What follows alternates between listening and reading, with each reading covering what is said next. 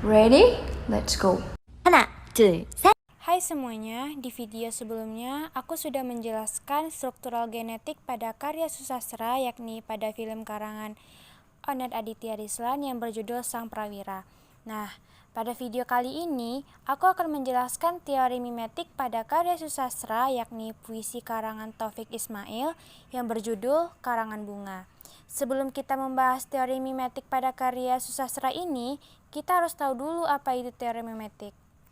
Nah, teori mimetik tersebut adalah teori yang mengkaji karya susastra yang mana ia membahas kondisi sosial masyarakat pada saat atau masa karya susastra itu lahir dan berprinsip kepada meniru terhadap apa yang ada di dalam masyarakat.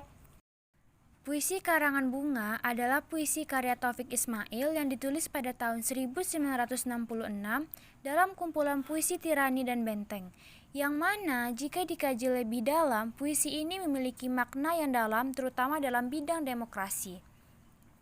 Sedikit biografinya, Taufik Ismail adalah seorang sastrawan senior kelahiran Bukit Tinggi 25 Juni 1935 dan di antara puisi karya penyair-penyair angkatan 66, puisi karya Taufik Ismail adalah puisi yang paling representatif tentang kritikan sosial dan lain-lain. Sekarang kita masuk kepada menganalisis puisi Karangan Bunga terhadap teori mimetik. Puisi Karangan Bunga ini menceritakan peristiwa demonstrasi mahasiswa pada tahun 1966 menentang Orde Lama. Ini tergambar dengan kondisi atau keadaan masyarakat pada masa itu, yakni tahun 1966 terjadi penembakan terhadap seorang mahasiswa Universitas Indonesia oleh pasukan Cakrabirawa. Penembakan ini terjadi saat almarhum Arif Rahman Hakim yang berhasil menerobos pagar betis di Istana Negara dan menuntut keras pada Presiden Indonesia saat itu untuk membubarkan PKI beserta ormas-ormasnya.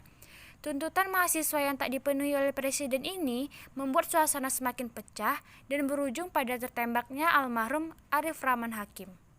Berikut kutipan bait puisi pertama. 3 anak kecil dalam langkah malu-malu datang ke Salemba sore itu.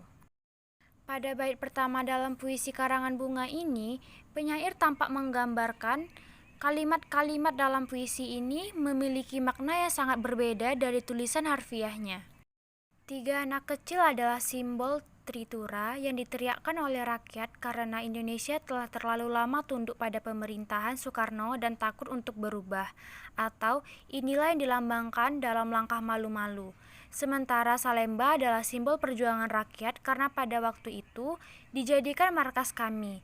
Selain itu juga menjadi tempat dimakamkannya jenazah Arif Rahman Hakim yang merupakan mahasiswa yang gugur pada saat itu.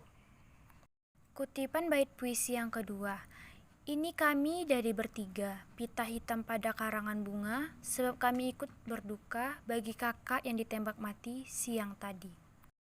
Pada bait kedua ini lebih bersifat sugestif atau bahasa yang menyarankan dan mempengaruhi pikiran pembaca dan juga bersifat asosiatif atau mampu membangkitkan pikiran dan perasaan yang merembet pada peristiwa penembakan Arif Rahman Hakim. Karena Taufik mengatakan bagi kakak yang tertembak mati siang tadi. Puisi ini tidak sekedar sebuah imajinasi penyair, tetapi lebih mengangkat sebuah realitas sosial. Kata-katanya familiar namun membutuhkan kontemplasi yang mendalam. Artinya, penyair mengajak pembaca untuk merenungi tragedi yang terjadi saat itu. Dari keseluruhan makna puisi Karangan Bunga adalah penggambaran suasana kedukaan yang dilambangkan dengan pita hitam pada karangan bunga. Seperti yang kita ketahui, saat orang meninggal pasti banyak karangan bunga duka cita yang diantar ke kediaman orang yang meninggal tersebut. Warna hitam di sini sengaja dipilih untuk mewakili kesedihan yang ada, sebab warna hitam merupakan simbol universal yang mewakili kesedihan, kedukaan, kehilangan, dan kepedihan.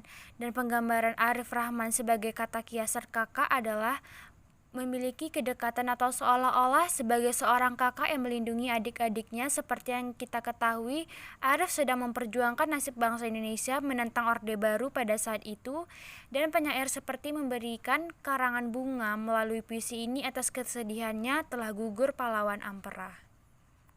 Oke teman-teman, segini dulu video dari aku.